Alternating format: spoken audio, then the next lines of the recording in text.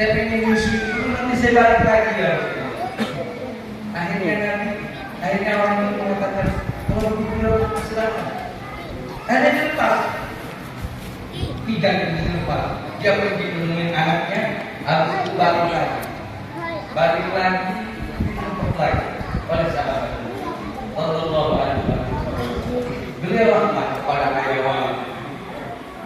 Beliau yang mengatakan bahwasanya ada seorang perempuan yang ahli ibadah, namun dia masuk neraka. Min hirrin tahdisu, disebabkan dia memiliki kucing, yang kucingnya dia penjara. Dia telah di dalam kurung, tidak dikasih makan hingga sampai mati. Nah, padahal dia ahli ibadah, namun gara-gara dia mendolimi hayawan ini, dia akhirnya masuk neraka. Sebaliknya, kata Nabi Muhammad Sallallahu Alaihi Wasallam, ada seorang pelacur yang kerjanya adalah asusila, tapi akhirnya diampuni dosa kepada Allah Subhanahu Wa Taala disebabkan gara-gara seekor anjing yang kehausan. Dia ambil menggunakan sepatunya, dia ambil dari sumur, dia kasih minum kepada anjing. Karena dengan rahmat itu adalah akhlak Nabi Muhammad Sallallahu Alaihi Wasallam. Sehingga gara-gara itu dia masuk surga, diampuni dosa dari Allah Subhanahu Wa Taala. Ini Nabi kita Nabi Muhammad Sallallahu Alaihi Wasallam yang senantiasa ingin menyebar rahmat, kasih sayang, cinta, kedamaian di tengah-tengah dunia yang penuh dengan bermacam-macam hal, bercam yang semacam ini. Nabi Muhammad hadir untuk memberi kedamaian, untuk memberi ketentraman, untuk memberi kebahagiaan. Rasulullah Sallallahu Alaihi Wasallam. Maka beruntung kita menjadi bagian daripada umat Nabi Muhammad Sallallahu Alaihi Wasallam. Dan kita harus bersyukur kepada Allah Subhanahu Wa Taala atas karunia yang besar ini, atas pemberian yang agung ini, yang mudah-mudahan iman kita, cinta kita kepada Nabi senantiasa dijaga oleh Allah Subhanahu Wa Taala. Dan Allah menumbuhkan dalam diri ini kerinduan kepada Nabi Muhammad, kepedulian kepada Nabi Muhammad, karena Nabi sudah sangat peduli kepada kita. Itu dalam sebuah riwayat dan Imam Ibnu Katsir bercerita dalam tafsir, jika Allah Subhanahu Wa Taala menurunkan firman-Nya di dalam surat Al-Maidah. Maidah ini artinya hidangan makanan. Jadi dalam surat ini kita kepada Nabi Isa, Anzil alaina ma'idatan minas sama. Wahai Isa, tolong mintakan kepada Tuhan agar Allah memberi kepada kami hidangan dari langit. Gak perlu berbudu, gak perlu nembak, gak perlu mandi, gak perlu ini tahu kehinaan dari langit. Ini kan dari keterlaluan namanya. Nabi bisa minta kepada Allah, tapi Allah setelah itu mengatakan, oke, saya akan terima. Tapi bila mana mereka masih ingkar, mereka masih kurang ajar, masih bermaksiat, dan akan saya siksa dengan siksaan dan ahadam minal alam yang tidak pernah dirasakan oleh siapa. Maka kata Nabi Isa, wa in tu'adzibhum fa innahum ibad. Ya Allah, bila mana engkau siksa mereka, dan mereka hambamu, ciptaanmu, silakan. Manusia Allah yang menciptakan. Kalau Allah berkehendak untuk menyiksa, silakan, kata Nabi Isa. Tapi tidak ada orang pun. Tadinya kata kita engkau adalah zat yang maha mulia, maha biasa. Itu Nabi ketika membaca ayat itu beliau menangis. Beliau menangis sedari-dari sampai Jibril tidak tega dan turun dan mengatakan, "Maka ya Rasulullah, apa yang membuat engkau menangis?" Maka beliau mengatakan, "Mati ya Jibril, saya ingat kepada umat yang mungkin model-model kita ini yang banyak dosa, yang banyak salah, yang tidak bersyukur kepada Allah, yang kadang lalai atas nikmat yang Allah berikan, yang tidak pandai bersabar, yang tidak melakukan kewajiban yang diberikan oleh Allah. Tapi lagi ketika dia bahwa umatnya, dia begitu nyatu dengan kita.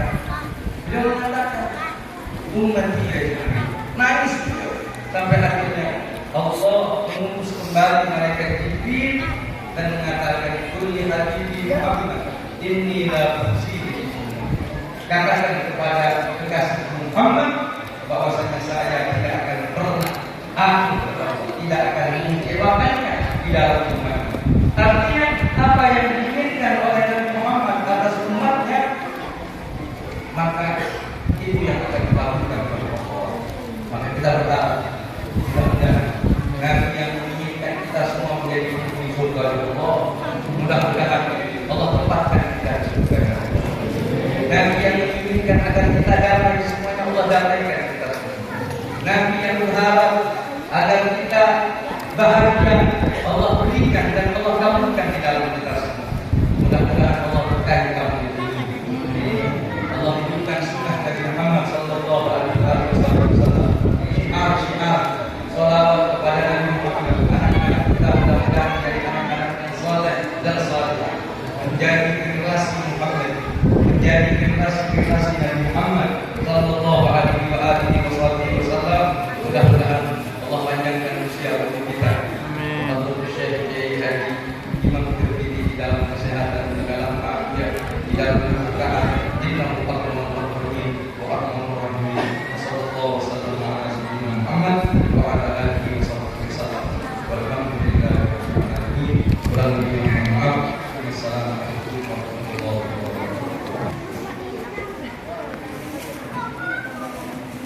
Assalamualaikum warahmatullahi wabarakatuh. Assalamualaikum warahmatullahi wabarakatuh. Waalaikumsalam.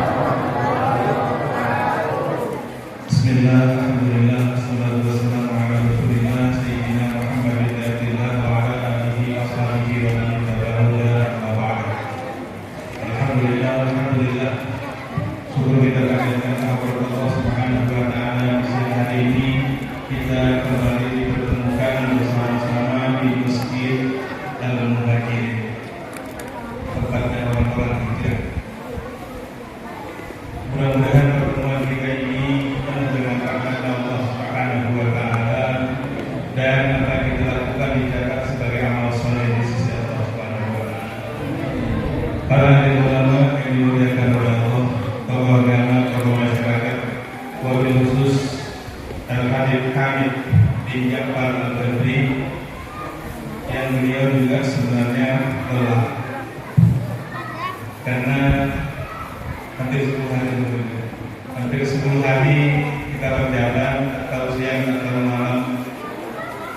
Namun karena semuanya itu berniat untuk menggembirakan Nabi dan Rasul sallallahu alaihi wasallam, maka kita doakan beliau agar diberi kekuatan lahir batin oleh Allah, dipanjangkan umurnya, kesehatan badannya, dan Allah Subhanahu wa taala beri kesuksesan dalam berdakwah.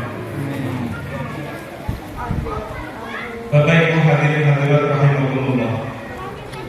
Kita berkumpul di sini karena cinta. Betul? Cinta. Apa cinta? Di dalam sebuah kitab dituliskan bahwa cinta itu dalam bahasa Arab adalah mahabbah. Dan orang yang jatuh cinta itu bagaikan air yang mendidih. Jadi orang yang jatuh cinta itu hatinya bagaikan air yang mendidih. Air yang mendidih itu tidak pernah tenang. Artinya orang yang jatuh cinta itu jiwanya tidak pernah tenang kecuali bertemu atau bersama dengan orang yang dicintai. Sedang cinta kita adalah kepada baginda Rasul sallallahu alaihi wasallam, maka harapan kita bisa bertemu dengan baginda Rasul dan duduk bersama baginda Rasulullah sallallahu alaihi wasallam supaya gelisah jiwa ini menjadi terang karena bertemu dengan orang yang kita cintai. Kemudian kalau ditanya cinta kita kepada Rasulullah itu sejauh apa? Kalau dibanding dengan cintanya para sahabat dengan Rasulullah, sangat jauh cinta kita ini. Namun kemampuan kita yang kita bisa berbuat ini, yang kita berbuat sekuat tenaga. Bagaimana ceritanya Sayyidina Ali bin Abi Thalib ketika Rasulullah hendak hijrah? Ini Rasulullah dikepung di dalam sebuah rumah, hendak dibunuh ini. Siapa yang sanggup menggantikan Rasulullah? Rasulullah disuruh oleh Sayyidina Ali pergi berhijrah dengan Sayyidina Abu Bakar, dan Sayyidina Ali siap menjadi penggantinya Rasulullah. Kira-kira pemuda di sini ada yang siap? Apabila ada ustaz di sini mau dibunuh, kemudian biar saya ada ustaz yang ganti, ada yang mau? Apalagi ustaznya sudah tua, mending ustaz kedua daripada yang sudah tua. Rela berkorban untuk Rasulullah. Padahal Sayyidina Ali saat itu adalah masih muda. Yang mana orang masih muda ini kan pikirannya masih layak, penting itu. Tapi rela mengorbankan dirinya untuk baginda Rasulullah Sallallahu Alaihi Wasallam. Kalau kita paling cuma membawa waktu setengah hari duduk di sini, belum apa-apa sudah dapat power. Kita dapat semua. Kita berbakat dari hasilnya nggak tahu ya. Subhanallah, enak mulai di sini ya. Saya pernah di Madinah itu bertemu dengan teman-teman orang-orang Arab yang berada ngajak kegiatan mulai. Ketika berkumpul di satu tempat, kemudian apa? Fatih kepada Rasulullah, baca salawat, bagi coklat, selesai itu. Di sini ada maulidnya, salawat, ada pengajiannya, ada ceramahnya, yang terpenting ada bukunya. Sungguh luar biasa negeri kita ini. Kenapa? Karena kecintaan kepada baginda Rasul. Belum lagi sahabat kami Sayyidina Abu Bakar Siddiq radhiyallahu anhu. Bagaimana saat hijrah?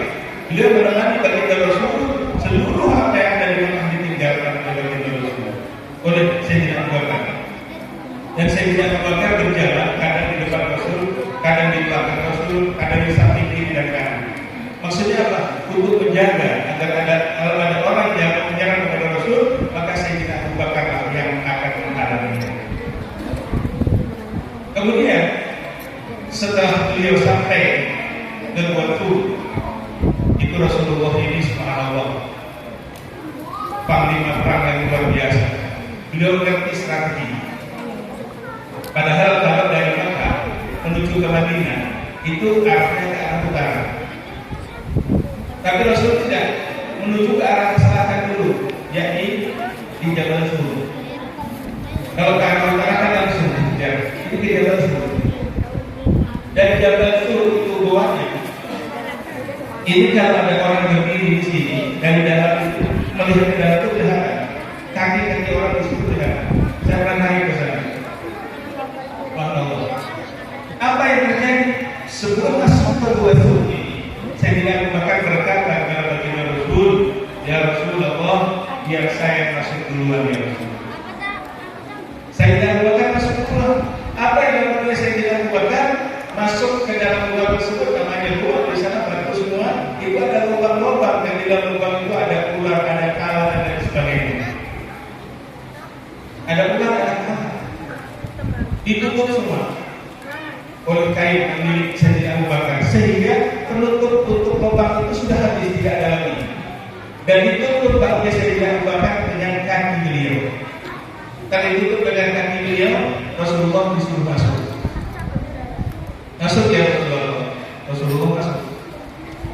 Dan saat itu baginda Rasul Sallallahu Alaihi Wasallam kelelahannya, dalam riwayatnya berbaringlah di pangkuan Sayyidina Abu Bakar Siddiq. Siapa yang tidak terima?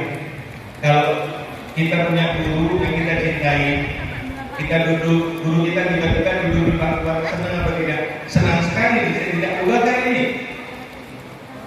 Dalam keadaan remang-remang seperti itu, tiba-tiba Rasul Sallallahu Alaihi Wasallam kejatuhan air, yakni air matanya Sayyidina Abu Bakar Siddiq. Rasul bertanya kepada Sayyidina Abu Bakar, "Hai Abu Bakar, menangiskah engkau?" "Iya ya Rasulullah." "Kenapa kau menangis? Apa kau menyesal meninggalkan kota Makkah? Atau kau menyesal meninggalkan apa yang kau tinggalkan?" "Tidak ya Rasulullah." "Kenapa kau menangis?" "Kaki saya untuk lubang digigit ular ya Rasulullah."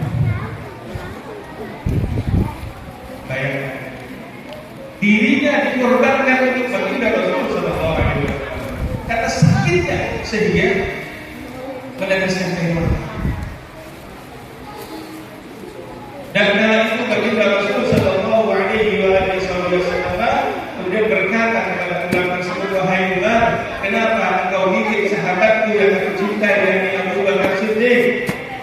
Apa kata ular tersebut? Ular berkata kepada Rasulullah, "Ya Rasulullah, sudah lama aku menunggu, ingin bertemu denganmu, ingin melihat wajahmu. Akan tetapi saat aku ingin melihat wajahmu, aku dihalang-halangi oleh kaki Abu Bakar Siddiq, makanya aku gigit dia." Rupanya ular ini rindu untuk bertemu dengan baginda Rasulullah Sallallahu Alaihi Wasallam. Dan akhirnya berkat kemuliaan baginda Rasul Sallallahu Alaihi Wasallam, dengan mudah baginda Rasul maka bisa dari ular tersebut bisa kesembuhan, dan ular tersebut dapat melihat wajah mulianya baginda Rasul Sallallahu Alaihi Wasallam. Bagaimana ular bisa rindu kepada baginda Rasul? Kenapa kita tidak rindu untuk bertemu dengan Rasulullah Sallallahu Alaihi Wasallam? Bapak Ibu hadirin hadirat rahimakumullah, ini adalah sahabat-sahabat Nabi yang sangat mencintai kepada baginda Rasulullah. Dan Rasul Sallallahu Alaihi Wasallam bisa berkomunikasi dengan apa saja. Jangankan dengan binatang, pohon pun bisa berkomunikasi dengan Rasulullah. Batu-batu bersalawat kepada baginda Rasulullah Sallallahu Alaihi Wasallam. Kemudian pada satu hari baginda Rasul sedang duduk, ada seekor unta. Seekor unta ini datang kepada baginda Rasulullah sambil nangis. Unta ini datang sambil nangis. Ditanya oleh Rasulullah, "Unta, kenapa kau menangis?" Kalau di sini kira-kira kalau ada kuda bisa ngomong sama kuda nggak? Tapi ketawanya bisa. Ketawanya bisa. Kata tersebut, "Saya mau dibunuh oleh majikan saya." "Kenapa kamu mau dibunuh?" Tak lama kemudian datang seorang laki-laki Badui dengan membawa pedang bertembus. Dan membawa pedang bertembus. Rupanya dia yang pemilik unta ini. Kemudian orang ini berkata kepada baginda Rasul, "Ya Rasulullah, ini toh saya mau saya bunuh. Mau saya potong nih." "Kenapa mau kau potong?" kata Rasulullah. Dijawab oleh pemilik unta, "Ya Rasul, saya beli mahal, tapi diajak kerja nggak mau. Dia malah lari." "Betul kan?" "Betul." Jawab bertanya, "Kenapa kamu tidak mau nurut dengan majikanmu?" Apa jawab unta? "Saya tidak mau nurut dengan majikan saya ya Rasulullah. Saya takut kalau Allah menurunkan bala, Allah menyiksa, saya ikut kena siksa." "Kenapa?" "Malam tadi majikan saya tidak sholat isya." Unta terima kalau bos saya tidak sholat isya.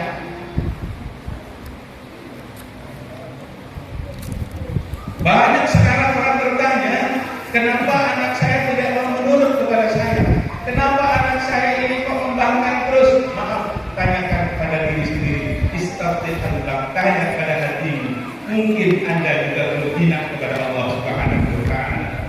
Jangan tinggalkan sholat. Bahkan ketika seorang sahabat minta kepada Rasulullah Sallallahu Alaihi Wasallam agar didoakan masuk ke dalam surga, doakan aku agar masuk ke dalam surga ya Rasulullah. Rasul bersabda, amin di kasratus salat. Tolong aku dengan banyak sholat. Artinya apa? Kalau engkau minta didoakan untuk masuk surga, tolong engkau banyak melakukan sholat. Aku doakan kepada orang lain.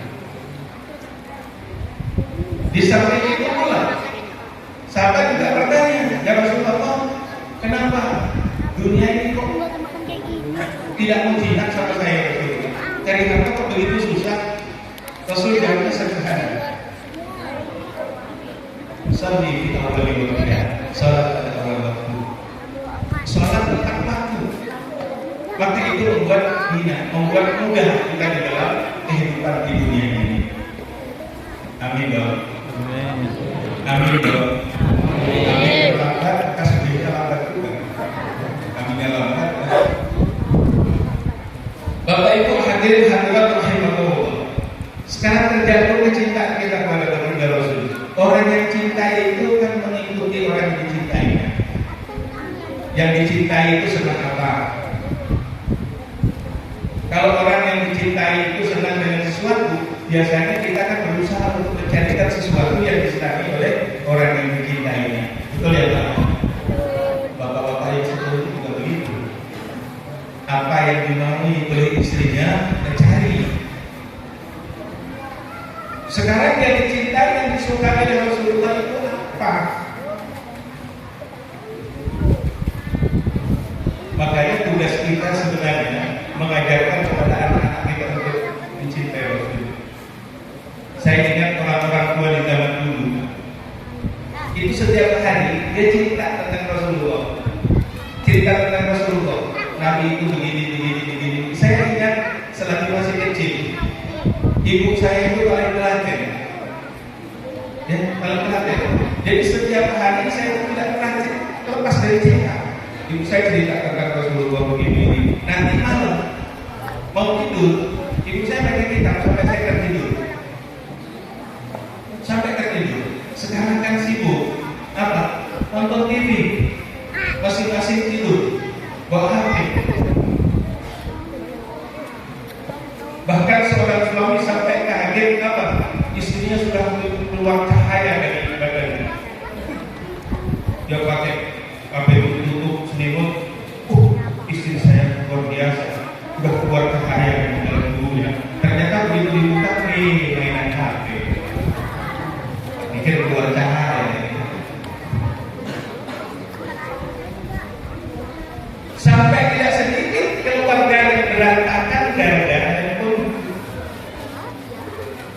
chattingan dengan istri orang, dengan suami orang.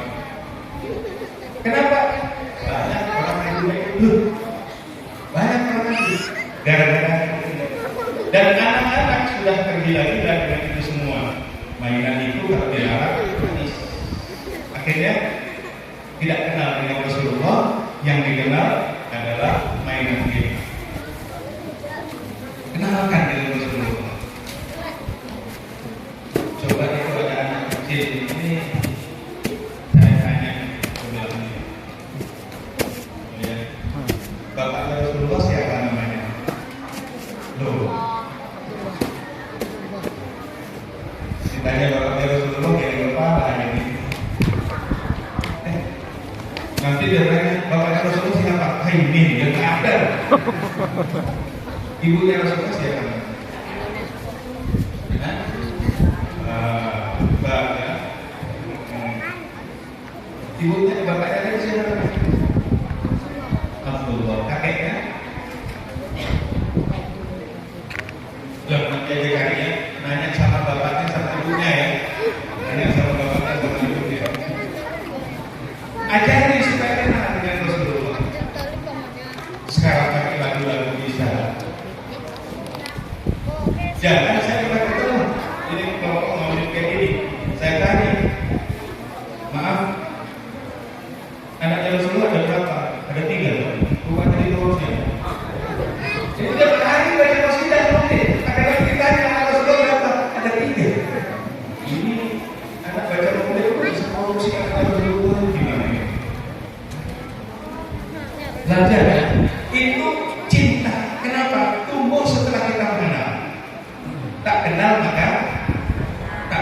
tak sayang maka tak dikasih duit.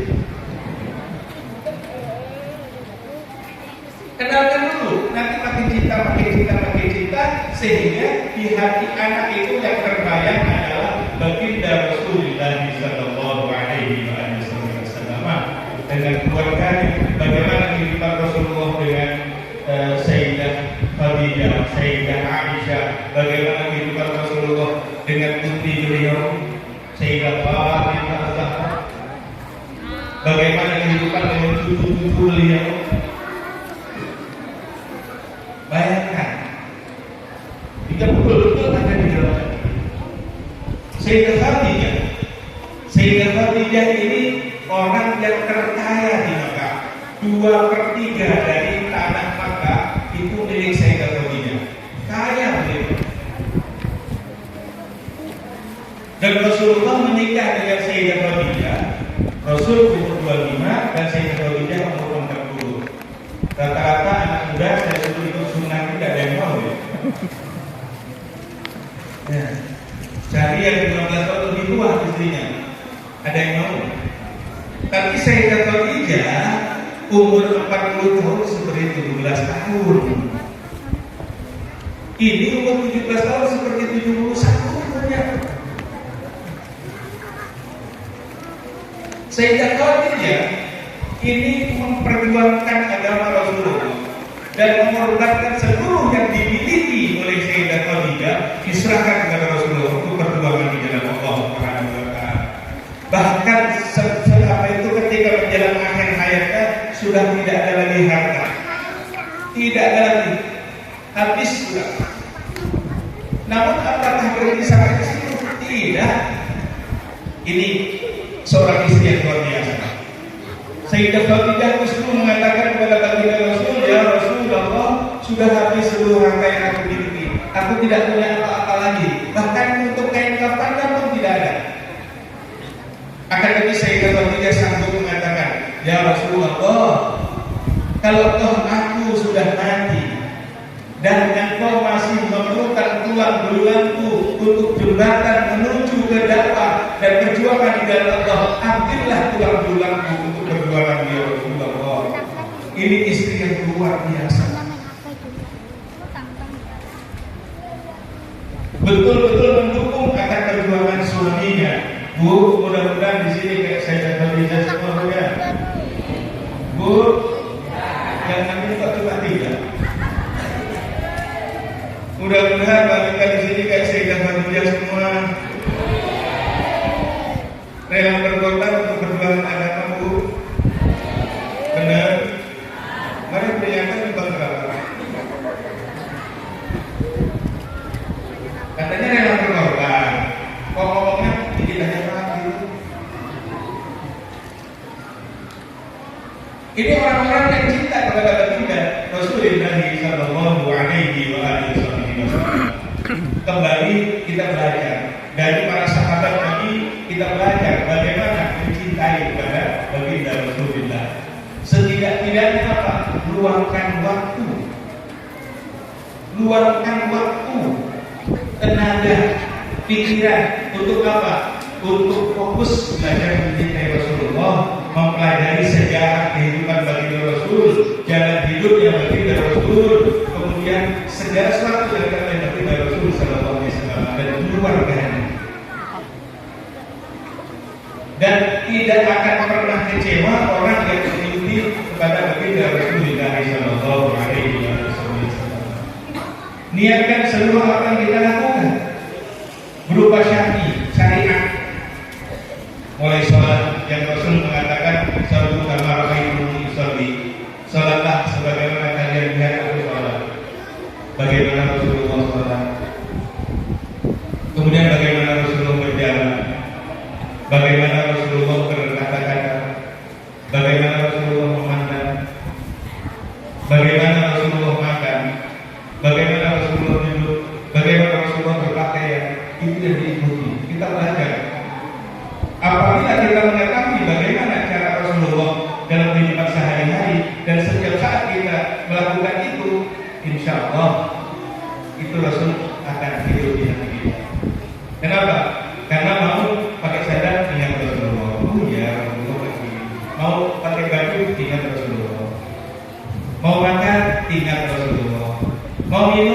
ingat Rasulullah. Mau ke masjid, mau sholat, ingat Rasulullah. Semuanya kita ingat kepada baginda Rasul Sallallahu Alaihi Wasallam. Maka seluruh kehidupan kita siang, malam, pagi, sore, apabila kita bersungguh-sungguh akan mengikuti kepada baginda Rasulullah. Dan itu adalah satu hal yang mahal harganya. Kenapa? Sekarang banyak orang yang tidak tergila-gila dengan Rasulullah. Ya. Apa? Artis Korea? Iya. Di sini juga senang artis Korea. Nah, kalau orang tua sekarang apa aja kayak gini-gini.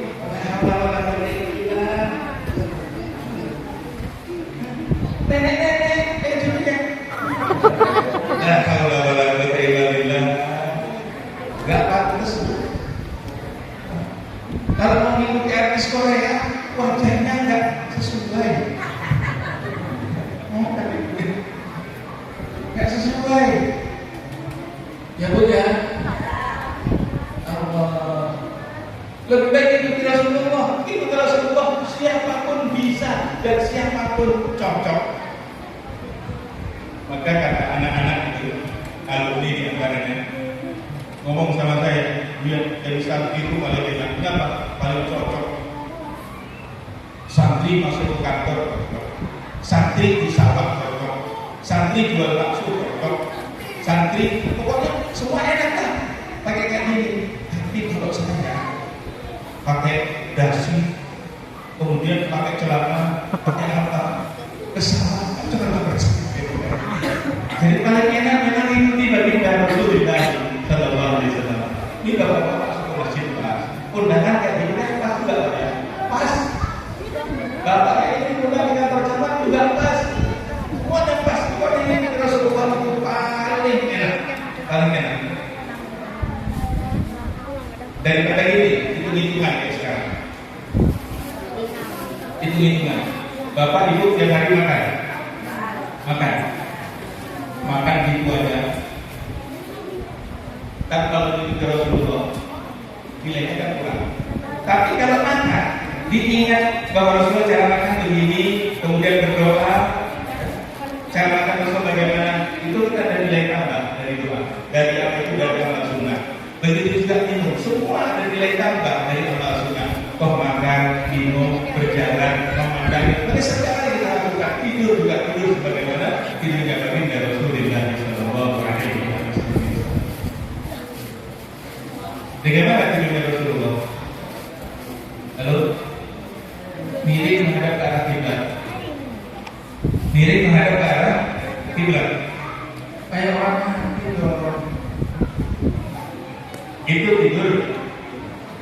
Kalau di dalam penjelasannya kan tidur terlentang, itu tidur para nabi. Kemudian tidur menghadap ke arah kiblat atau miring kanan, itu tidurnya para ulama. Tidur ke arah kiri, miring kiri, itu tidurnya para raja. Dan tidur tengkurap itu tidurnya syaitan. Ada yang kalau tidur tengkurap di sini? Makanya orang-orang tua bilang, ini tidur tengkurap ini nakal anaknya, biasanya kan gitu. Ya. Ikut Rasulullah, baca doa. Sayyidah Aisyah ketika mau tidur kata Rasulullah, jangan tidur sebelum mengatakan Al-Quran. Suatu ketika ini terjadi, wali kota itu ceritanya sahur bersama di pondok. Dikabari, ini wali kota mau sahur bersama di pondok. Oh ya silakan, sahur bersama. Begitu malam lihat anak-anak pada pakai surban. Coba pasang surban, lepas semua, pasang, cepet-cepetan. Akhirnya ada yang menang, kasih hadiah 350.000 kalau hadiah pertama. Selesai itu, siapa yang bisa menghatamkan Al-Quran dalam waktu 1 menit? Ada berdiri, saya. Coba baca Al-Ikhlas 3 kali. Setelah selesai 3 kali kata-kata benar. Karena apa? Surah Al-Ikhlas, surah Al-Quran. Surah Al-Ikhlas sepertiga dari Al-Quran. Dapat hadiah 350.000. dia bikin bisa tinggalnya yang lain pada pendingin ya. Iya, kalau itu dikasih semua tim, untung ya, untung. Akhirnya dapat semua.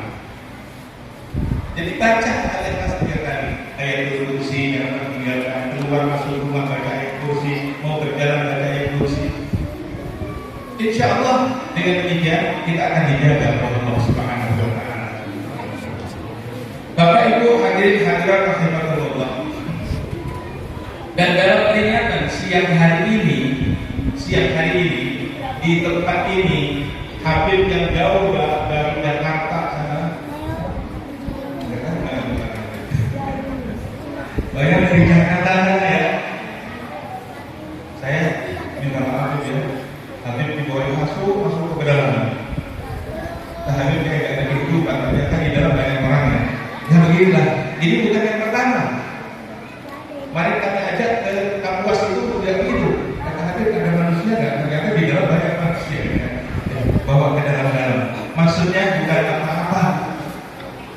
Beliau ini adalah zuriat baginda Rasulullah sallallahu alaihi wasallam yang darah daging baginda Rasulullah ada pada beliau. Dengan beliau hadir ke tempat ini, mudah-mudahan keberkahan diberikan oleh Allah Subhanahu wa Ta'ala.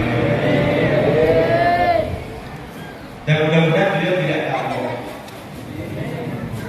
Jangan mikir apa itu. Saya ulangi, mudah-mudahan beliau tidak tahu.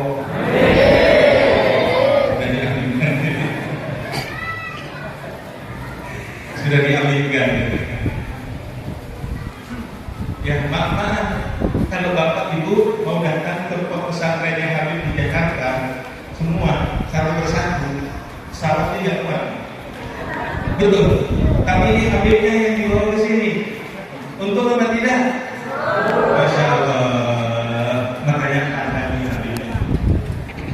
Pandangi dengan penuh kasih sayang, dengan penuh cinta, dengan harapan apa? Mencintai zuriatnya.